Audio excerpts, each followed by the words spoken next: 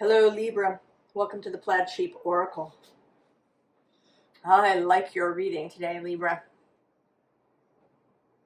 And I think it may have to do, astrologically, if you're watching it when I post it, with Mars passing through your space.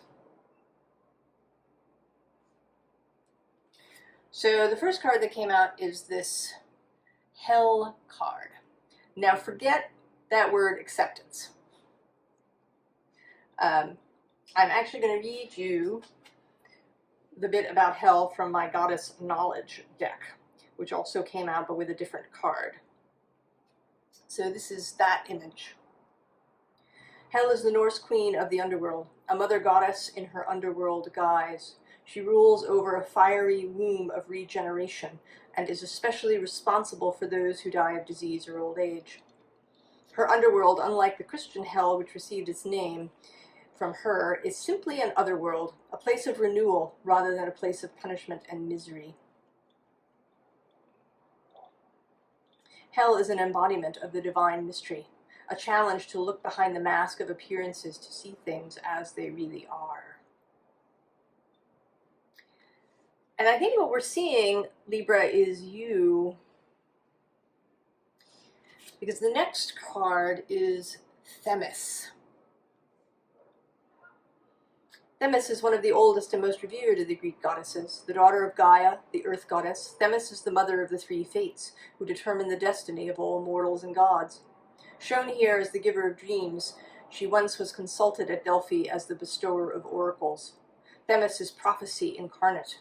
Her oracles derive from her sense of order and connection to nature. In later Greek mythology, transferred to Mount Olympus, she personified the social order of law and custom, a reminder that social order is ultimately dependent on the natural order of the earth. Themis is a grounded, earthy goddess who is also comfortable moving through the shifting, mantic world of dreams. She is deep wisdom, familiar with both the depths of earth and the heights of sky, a guide into soul.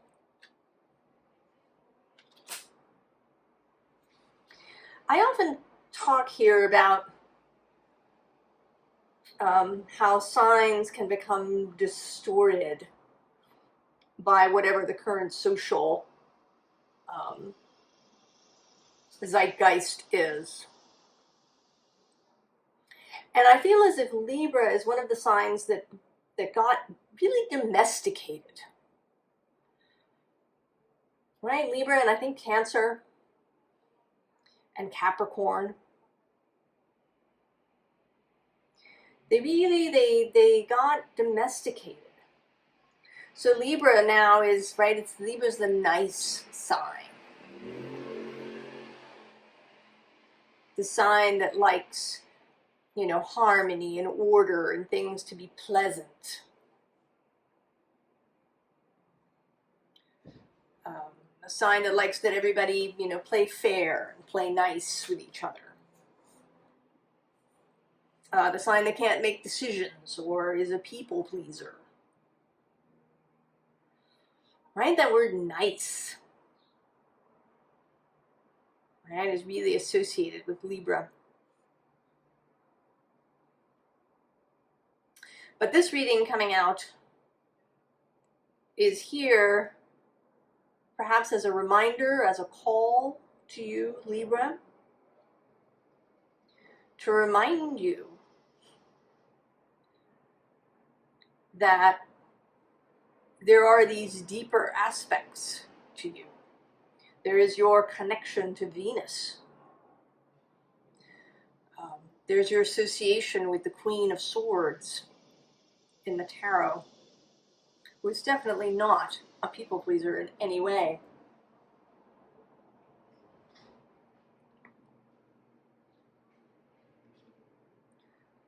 So we start here with Star Family. And I think this is, right, it says you're part of a team of souls, call in support. But I think it's more about a remembrance of what the universe is really like. You know that there are, right, that the stars are these nuclear furnaces where fission happens, and there's nebulae where stars are born, and supernovas and black holes. And we are in a particularly hot solar cycle, a little early. The standard time frame is about 11 years, but sometimes it's shorter. It's been about 9. And we're experiencing the effects of solar flaring and coronal mass ejections and how they affect us. There's actually a whole scientific publication that publishes people's experiments and papers on the effects of weather, including solar weather, on organic systems, people and nature and animals.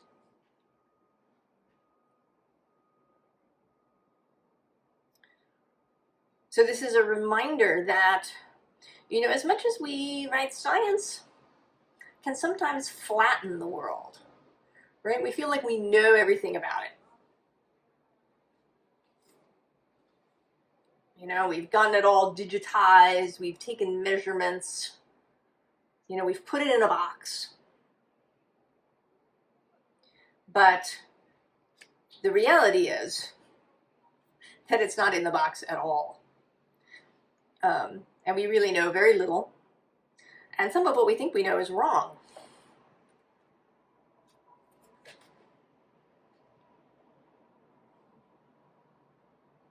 And it may be that some of what you know about yourself is wrong.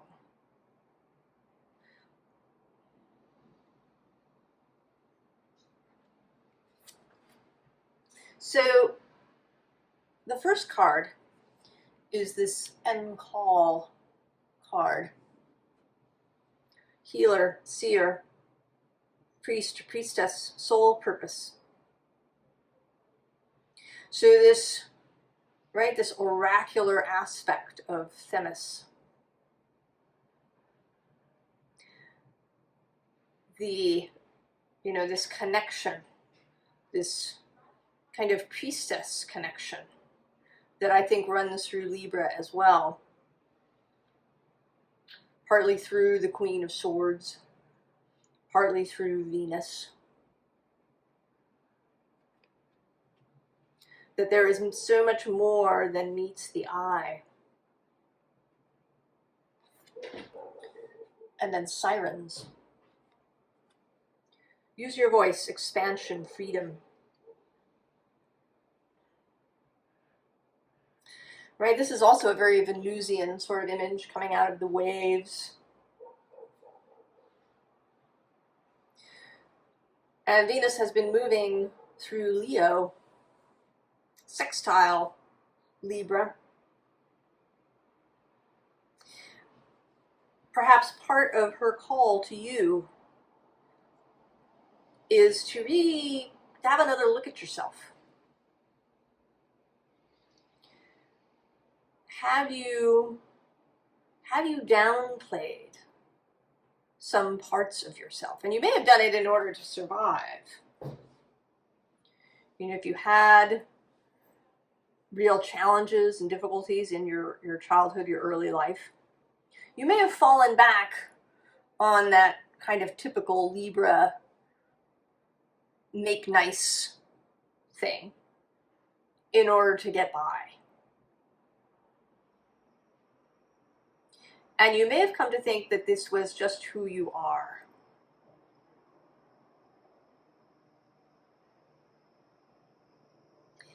It actually makes me think of a Libra I know who has a Leo North node. And she is sort of coming into it later in her life. Coming to recognize her own power, her own individuality, her own ability to say, this is what I want. Her own ability to lead.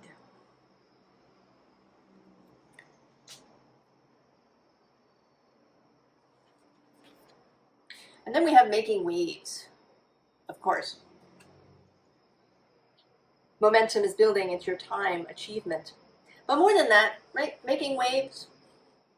That's the metaphor, that, or perhaps a euphemism for making trouble, for creating disharmony, for pushing outward, for moving with greater speed.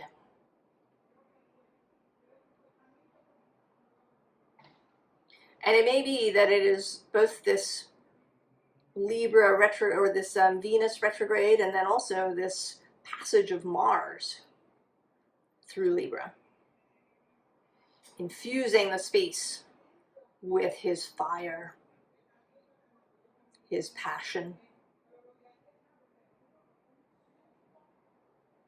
Venus and Mars moving sextile.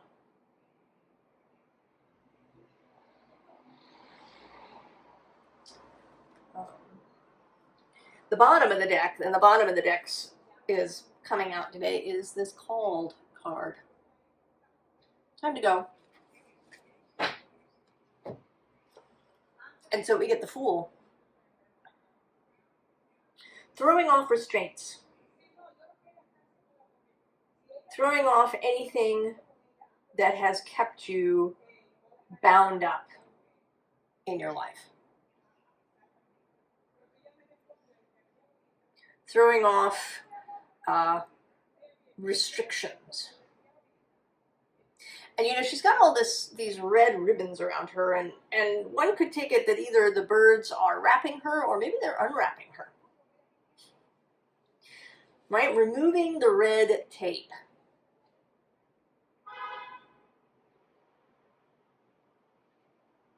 You know, and that's sort of a modern association with Libra, this idea of justice and the justice system. And that it contains a lot of red tape. Right? There's lots of rules and procedures and all of these things.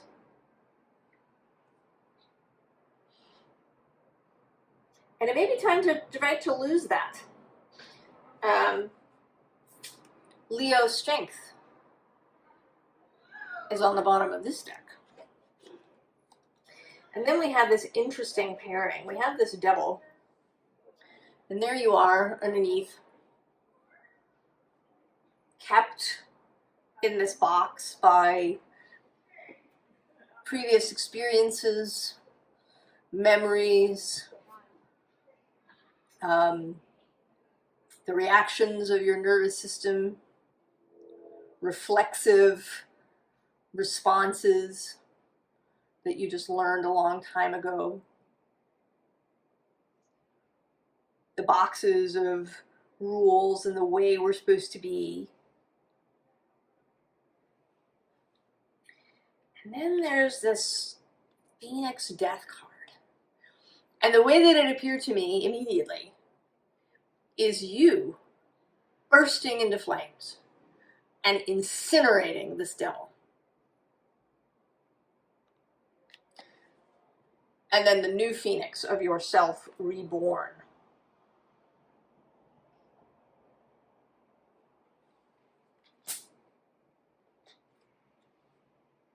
And so then we have this other sort of slightly Libran image of balance. But this is balance in motion. This is balance with fun. This is the Fool.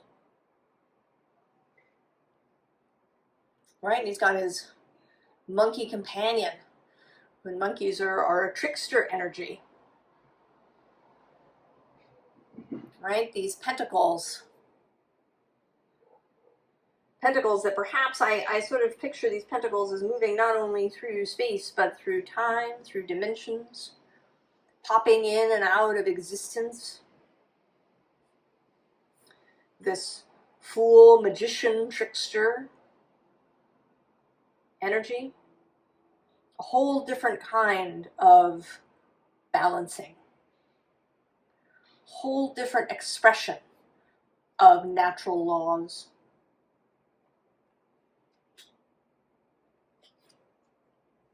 And then, of course, the Wheel of Fortune.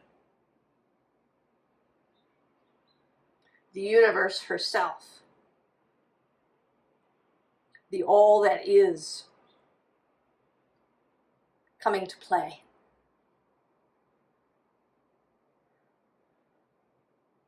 Because the universe wants to play with us. The universe is filled with fun and a sense of humor. The universe is a trickster, bringing us into all sorts of experiences. Some that are, just joyful and exuberant, and some that are challenging, that call on us to really, express ourselves, that call on us to be open, to be courageous.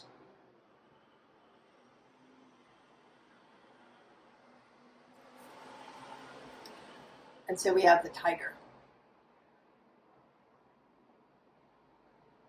Powerful, intuitive movement. Connected to the moon.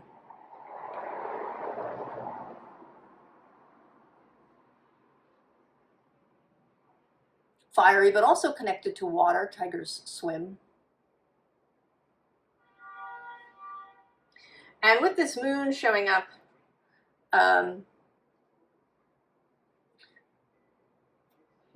the next full moon will be when the sun is in Libra and the moon in Aries. This fiery moon. And the moon appears again in the card underneath, who is the Empress, Venus herself, showing up. And in this, in this beautiful tree form, bringing up nature. And, this idea of themis and natural law, that it goes much deeper, that it's so much more complex and beautiful than anything that we've put on paper. At the bottom of this deck, we have the second appearance of death.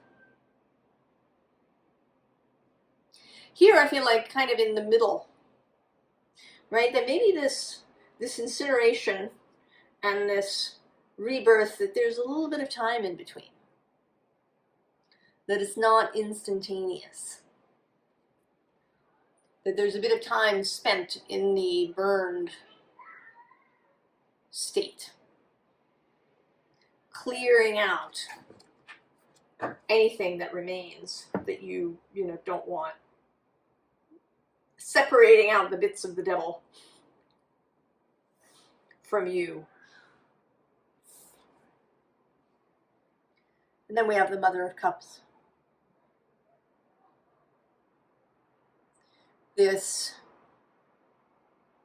nurturing energy, and yet, if you've ever encountered a swan with her signets, she will get right up in your face,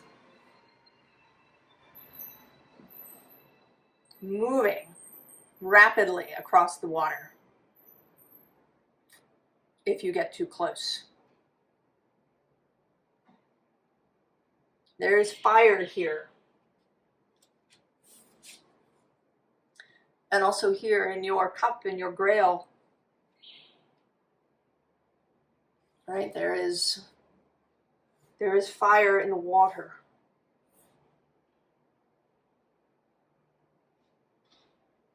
A calling of your own heart, of your own original self, before various stuff got layered on before you started wearing your mask,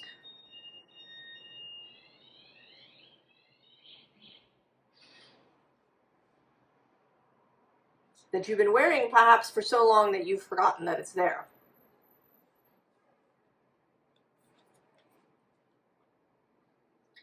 And here we have Daughter of Swords, the Page of Swords. And this is kind of right, it's the message. And I don't think that this is the first, that if you're watching this, that this is the first instance of the message. I think that this idea of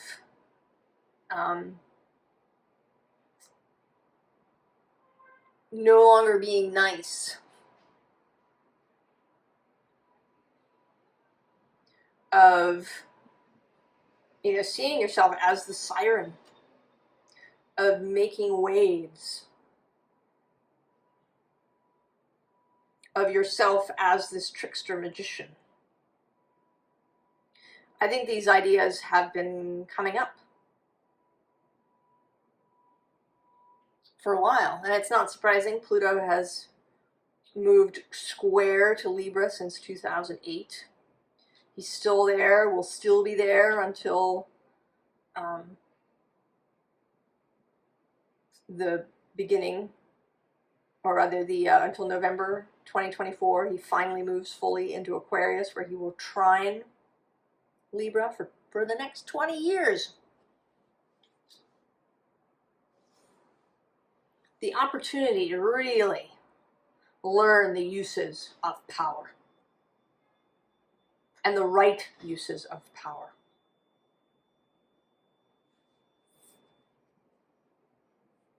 So Four of Swords.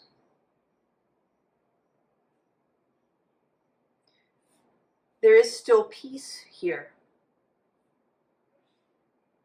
There is still gentleness here. It's not like you're suddenly turning into a berserker and screaming your way across the battlefield. You are still Libra. That essence of a love of beauty and harmony.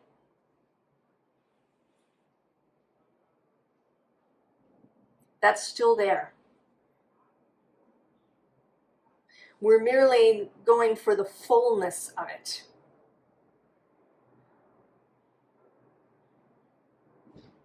Taking into account other aspects, other ways of seeing balance and beauty.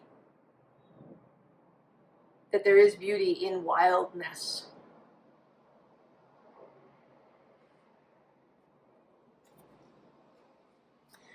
So here you are, coming back to yourself, hands on your heart.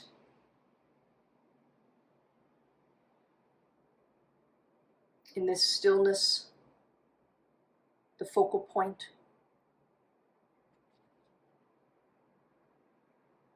the fulcrum.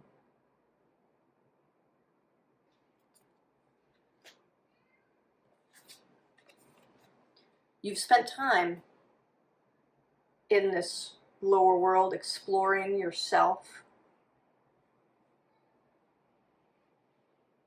Pluto would have made that necessary.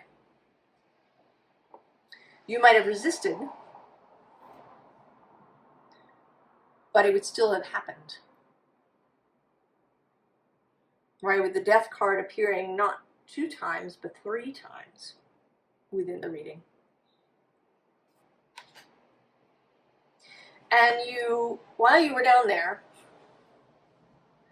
you made your arrow. You fashioned it. Ready to go. Ready to send it in the direction that you want to go.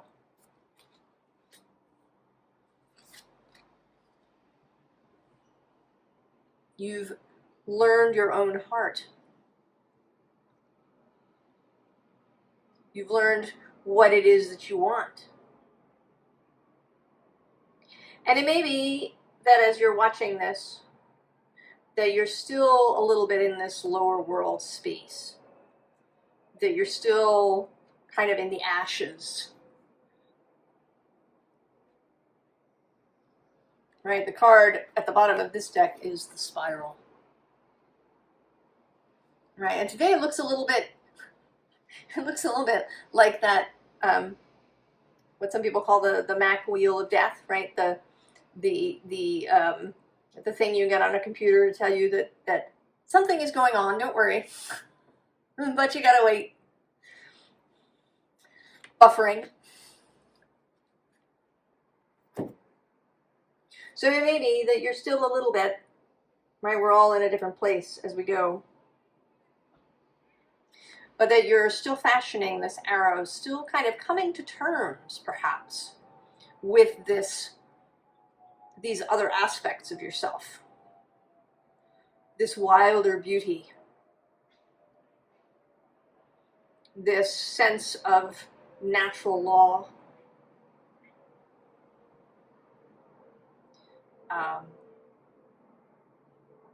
The sense of coming to terms that things aren't always necessarily fair, but that there may be purpose in that.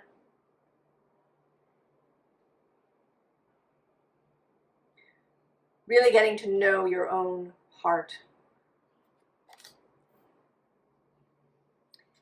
So we have death again, for the third time, in the advice section.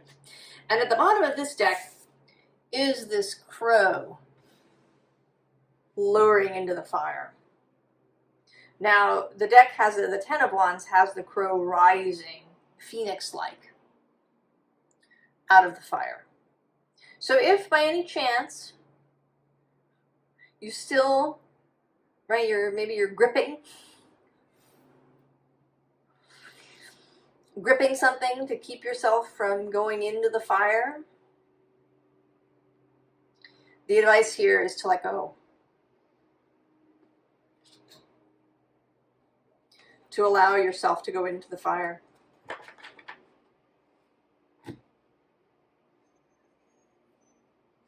And this death, this is such a gentle death.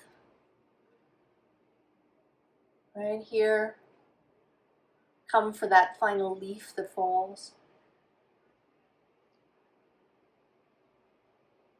A kind death. There at the end of each life, seeing each life as equally valuable and wonderful.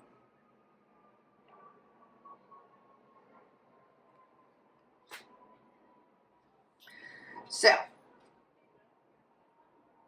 this Empress, who, always looks a little bit bored to me, right? This is kind of the domesticated version of Venus, of Libra, of Taurus, right? Kind of bored, nothing happening, right? Even the dog is looking like, help, let's do something, right? The eagle is down on the ground, not flying around majestically.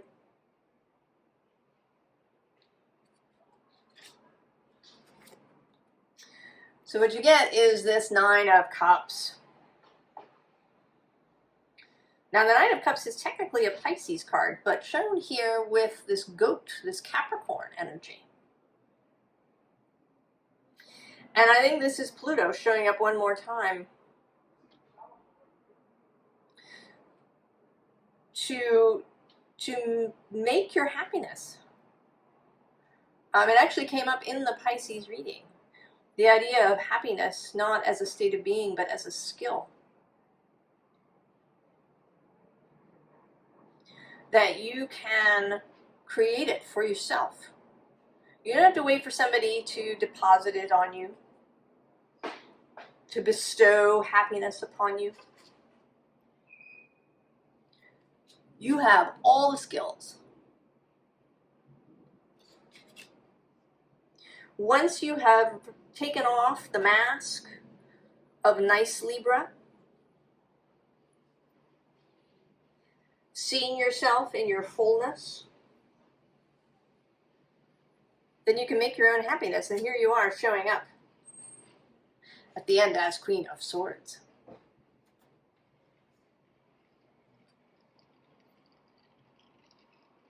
Ready to go.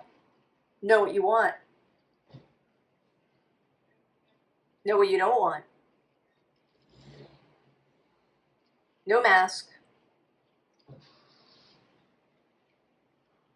No, right? You're not aggressively moving through things. Strength. Inner balance. The ability to manage your emotions. To have emotional mastery.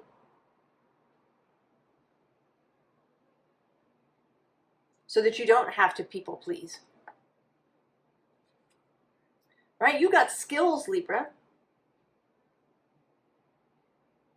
You don't have to people please or compromise in order to create a win-win scenario with someone, with the world.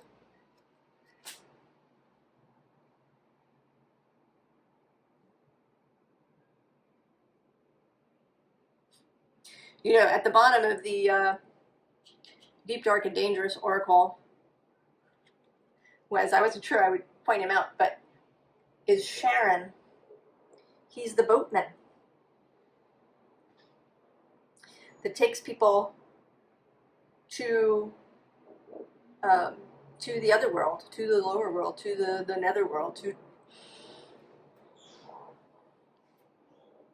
But I think sometimes he also, right, he brings us back after we've journeyed there. And he's sending you off here, Libra. He has kind of, right, he's got sort of a hermit look here with his lantern.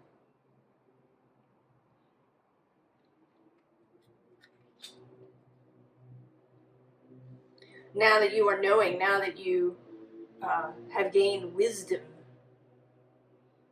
now that you know your own heart, you can really move forward.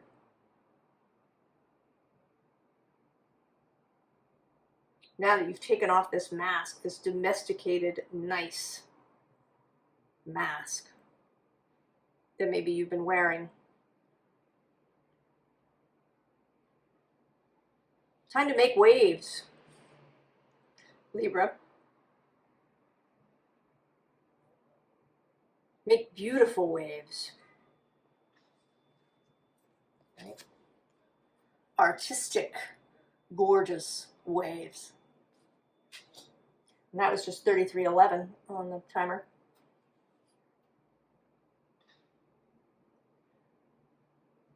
So I'm excited for you, Libra. I think we've come now to the end of this transformation for you that we've been proceeding through. And you're really ready to go. I wish you all the very, very best, Libra, and I'll see you next time. So long.